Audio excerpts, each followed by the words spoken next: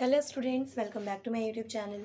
आज हम लोग स्टार्ट करने वाले हैं exercise 5.1 question number 4।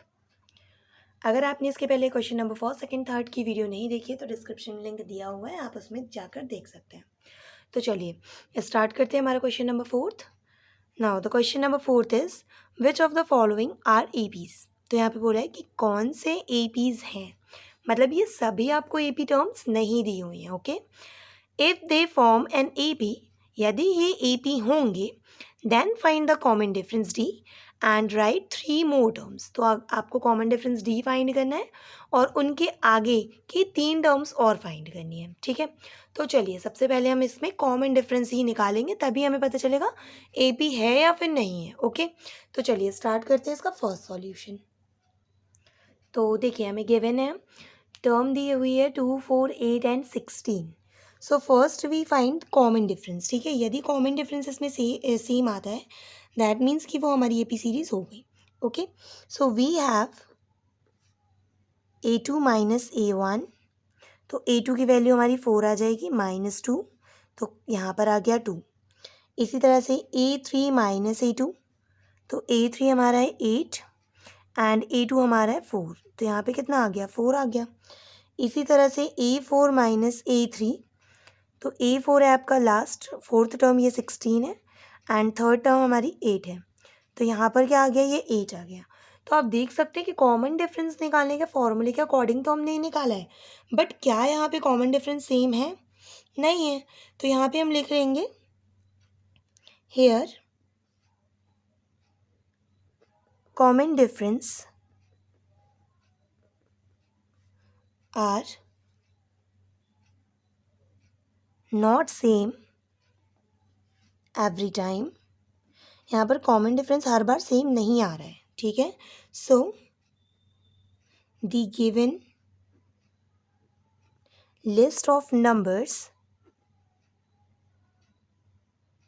Are not AP. तो दिया हुआ जो नंबर सीरीज़ है वो हमारा एपी नहीं है। आई होप आप सभी को ये वाला क्वेश्चन समझ में आ गया होगा। तो चलिए नेक्स्ट देखते हैं इसका second solution. Now the fourth का सेकंड क्वेश्चन आपको दिया हुआ है 2, 5/2, 3, 7/2। ठीक है, so first we find the common difference. We have, अगर कॉमन डिफरेंस सेम है दैट मीन्स कि वो हमारा एपी सीरीज होगा। अगर कॉमन डिफरेंस सेम नहीं आएगा उसका मतलब कि आपका ये कॉमन मतलब एपी सीरीज नहीं होगा।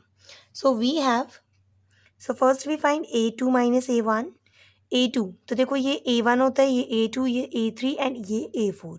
ठीक है, इस टाइप से आपको आगे की भी टर्म्स लेनी होती हैं। तो A2 की टर्म हो जाएगी आपकी 5/2, A1 आपको दिया है 2, माइनस करके देखिए। तो यहाँ पर देखिए कॉमन डिफरेंस, यहाँ पे डिनोमिनेटर 1 मानेंगे। सो क्रॉस मल्टीप्लिकेशन होगा, 5 1 ज़ा 5 माइनस 2 2 ज़ा 4 डिवाइडेड में 2 1 ज़ा 2। तो कॉमन डिफरेंस इसका क्या आ गया माइनस करने में, 1/2। इसी तरह से हम A3 माइनस A2 फाइंड करेंगे, तो A3 की वैल्यू है 3 माइनस 5/2। अब इसके डिवाइड में कोई वैल्यू नहीं है तो 1 होता है हमेशा। अब इसमें भी क्रॉस मल्टीप्लिकेशन करेंगे, 3 2 ज़ा 6 माइनस 5 1 ज़ा 5 डिवाइडेड बाई 2, तब भी यहाँ पे क्या आ गया आपका 1/2।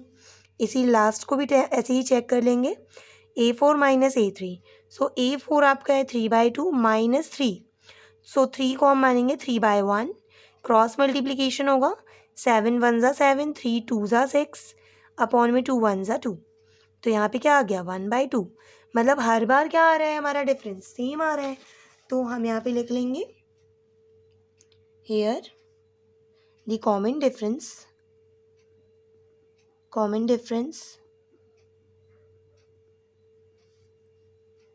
Are same every time. तो यहाँ पर हमारा कॉमन डिफरेंस हर बार क्या आ रहा है, सेम आ रहा है। ठीक है, so the given list of numbers, so the given list of numbers form of an AP। तो हमारा दिया हुआ जो नंबर लिस्ट है वो AP है। ठीक है, अब हमें क्या निकालना है, इसमें बोला था अगर ये AP होता है तो आप आगे की 3 टर्म्स और फाइंड करिए।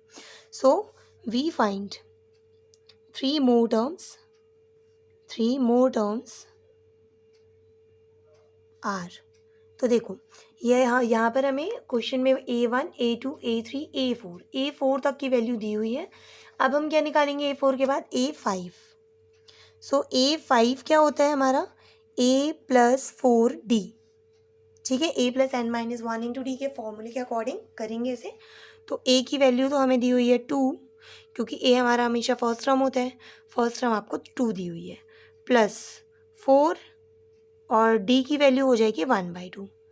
इस 2 से हम 4 को कैंसिल करेंगे तो 2 1 ज़ा 2, 2 2 ज़ा 4, आपका यहाँ बचेगा 2 + 2, तो आंसर कितना आ जाएगा आपका यहाँ पे 4। ठीक है, फर्स्ट तो हमारी ये A5 तो ये वाली टर्म आ गई। अब हम निकालेंगे A6 निकालने के लिए A+5D फॉर्मूला होता है, तो A की वैल्यू आ जाएगी 2 + 5 और D की वैल्यू आ जाएगी 1/2, तो ये हो जाएगा 2 + 5/2। सो यहाँ पे हम क्रॉस मल्टीप्लिकेशन करेंगे, 2 2 ज़ा 4, 5 1 ज़ा 5, तो 4 एंड 5 कितना हो जाएगा 9/2। ये आ गई हमारी सिक्स टर्म। अब हम निकालते हैं लास्ट हमारी A7 सेवन्थ टर्म, तो A+6D, तो 2 + 6 इंटू 1/2। अब 2 1 ज़ा 2 एंड 2 3 ज़ा 6, ये मल्टीपल और डिवाइड में है तो वैल्यू कैंसिल हो जाएंगी। सो यहाँ पे बचा आपका 2 + 3 1 ज़ा 3, तो यहाँ पे वैल्यू क्या आ जाएगी हमारी 5। ठीक है, तो 3 more terms of an AP are 4 9/2 and 5। तो ये आ जाएगा हमारा आंसर। आई होप आप सभी को क्वेश्चन नंबर 2 भी समझ में आ गया होगा, इसका 4th क्वेश्चन का।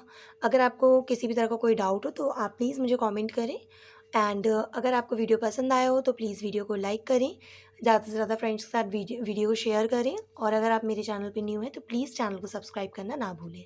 Thanks for watching.